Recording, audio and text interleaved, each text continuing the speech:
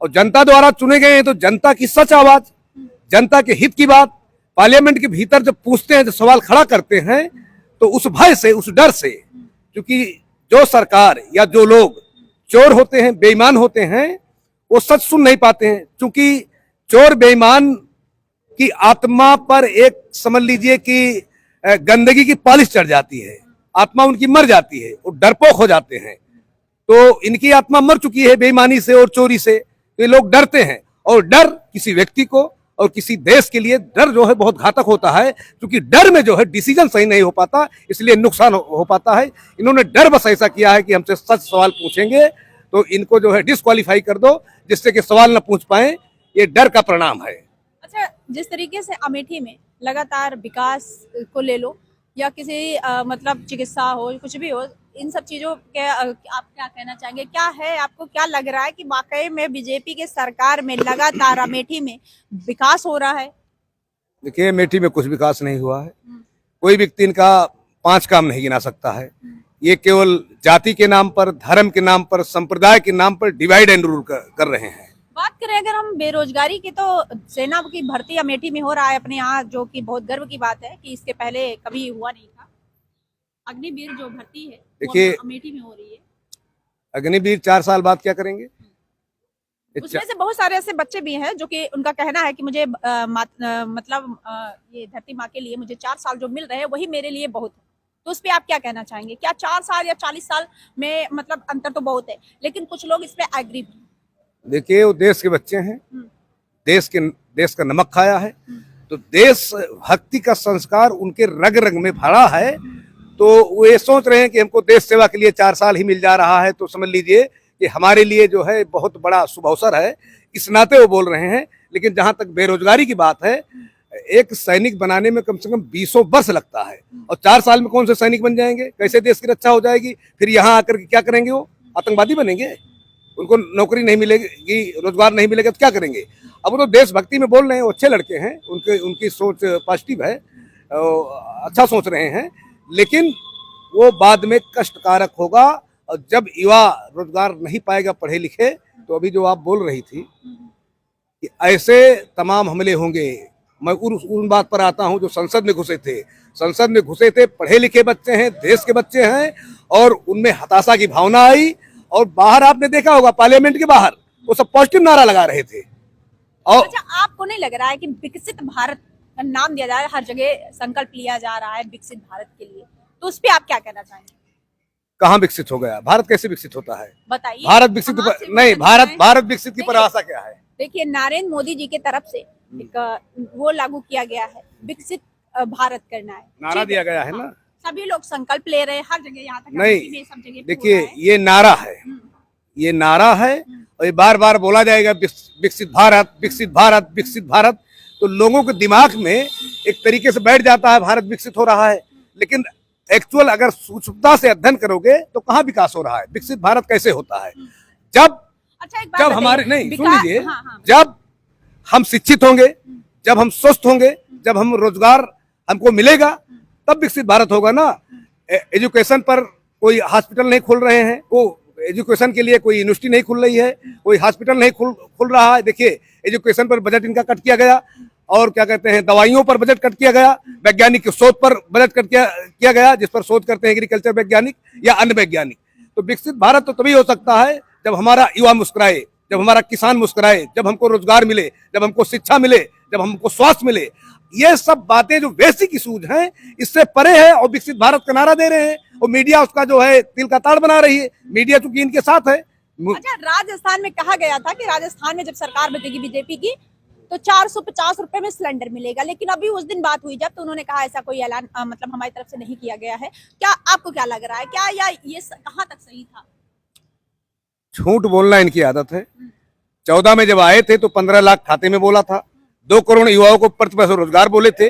ठीक उसी तरीके से मैनिफेस्टो में उन्होंने लिया था और बोला था कि मैं 450 में सिलेंडर दूंगा, लेकिन अब उससे पलटी खा गए हैं, क्योंकि ये हिंदू जाति धर्म को फैला करके और पैसे का खूब वितरण करके, और थोड़ा ईवीएम का भी खेल है, ये सब खेल करके जो है सत्ता को हथिया लिया है, तो वो बदल ही जाएंगे।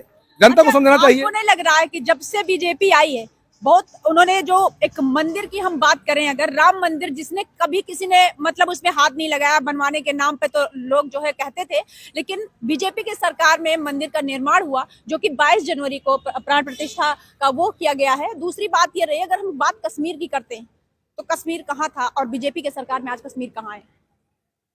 अगर विकास नहीं हो रहा तो क्या हो रहा है? देखिए, देश काल परिस्थिति के हिसाब से सब कुछ होता है। उस समय के कुछ दूसरा टाइम था, कश्मीर की वो सिचुएशन थी जिस समय वैसा कश्मीर किया गया था। आज सिचुएशन दूसरी है। रही बात मंदिर की, आप बात कर रही हैं, देखिए मंदिर कोई नहीं बनवा रहा है, भाजपा नहीं बनवा रही है। मंदिर जो है कोर्ट के आदेश से बन रही है। जब यहाँ एक्सवेशन हुआ, सुन लीजिए, पहले क्यों नहीं? नहीं, मैं बता रहा हूँ, सबका टाइम होता है। एक एक मुकदमे जो हैं, आप कोर्ट में जाएंगे, छोटे छोटे मुकदमे 30-30, 40-40 साल से 20-20 साल से लंबित हैं। इसका कारण है कि हमारे यहाँ जज कम है, न्यायपालिकाएं कम हैं और भीड़ ज्यादा है। तो लंबे समय से मुकदमा जब लंबित था तब उसका टाइम आया है। क्योंकि आर्कोलॉजिकल सर्वे ऑफ इंडिया ने एक्सपेक्शन किया यहाँ अयोध्या में जाकर के, उनको जो साक्ष्य मिले, जो अवशेष प्राप्त हुआ, जो शिलालेख मिला या जो ताम्रपात्र मिला, उस एविडेंस के आधार पर उनको लगा कि यहाँ मंदिर है। तो सारे साक्ष्य और सबूत इकट्ठा किए गए और मंदिर के तरफ से जो वकील था उसने सारे एविडेंस को पेश किया और न्यायपालिका ने एविडेंस देखा और न्यायपालिका ने आदेश कर दिया। तो एविडेंस के आधार पर जो आर्कोलॉजिकल सर्वे ऑफ इंडिया ने एक्सपेक्शन के बाद उसमें प्राप्त हुआ था, तो उसके हिसाब से नियम कानून से न्यायपालिका के आदेश से बन रहा है। इसमें भाजपा सरकार का कोई रोल नहीं रहा है। अच्छा, देखा जाए अगर, ठीक है, तो मंदिर की मैं बात करूं अगर, तो क्या पहले वकील नहीं थे? वकील पहले भी थे। एविडेंस अगर मतलब देखा जाता तो पहले भी तो मिल सकता था। ऐसा क्या हो गया कि बीजेपी के राज में एविडेंस मिला? दूसरी बात यार, मंदिर का जो है निर्माण हो रहा है। हवाई जहाज किसके राज में बना? आप बताएं। हवाई जहाज किसके राज में बना? लखनऊ विश्वविद्यालय किसके राज में बना? इलाहाबाद यूनिवर्सिटी कब बनी? जेएनयू यूनिवर्सिटी कब बनी? अच्छा, हाँ, सुनिए, एक बात मुझे याद आया। जब काम देखिए, जब प्रोसेस में है मामला, एक मिनट, जैसे मान लीजिए पुल बन रहा है, अब तो बन गया है, ये पुल बन रहा है। अब पुल बनते बनते बनते बनते पूरा पुल नहीं बन पाया, सरकार जिसकी थी वो बदल गई, तो जहां से रुका वो काम दूसरा पूरा करेगी। तो वो मामला जो है प्रोसेस में था, वो चल रहा था प्रोसेस में ना, सरकार बदल गई तो इनको श्रेय मिलना था, मिल गया। लेकिन सब कानूनी प्रक्रिया के तहत और सब एविडेंस के तहत जो है डिसीजन दिया है न्यायपालिका ने। इसमें बीजेपी सरकार का कोई रोल नहीं है।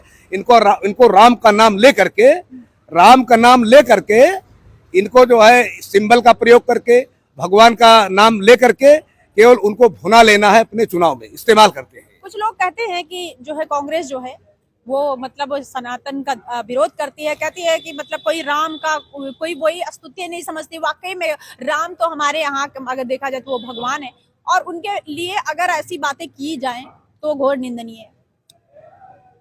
कांग्रेस में जो नेता होंगे, जो बहुत लोग तो कहते हैं कि हम राम को जानते ही नहीं।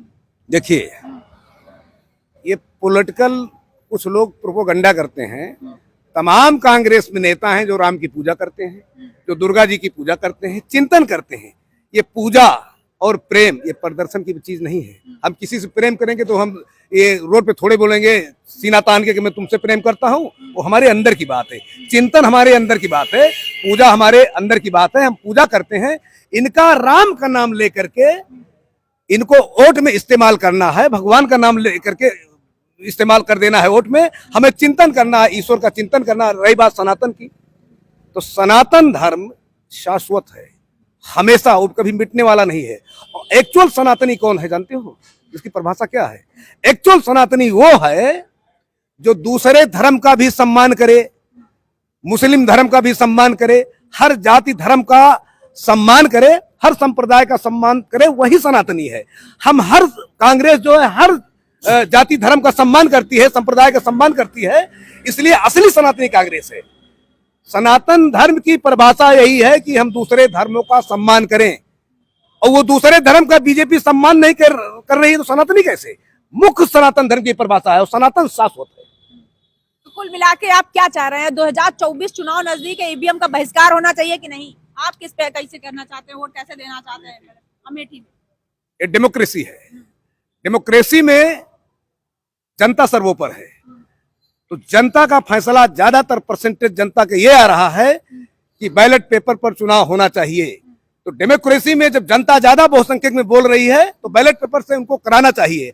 अगर वो ईवीएम गड़बड़ नहीं है तो इनको डर किस बात का, इनको जनता की आवाज सुन करके, क्योंकि डेमोक्रेसी है और उस फैसले पर काम करना चाहिए और बैलेट पेपर से चुनाव कराना चाहिए।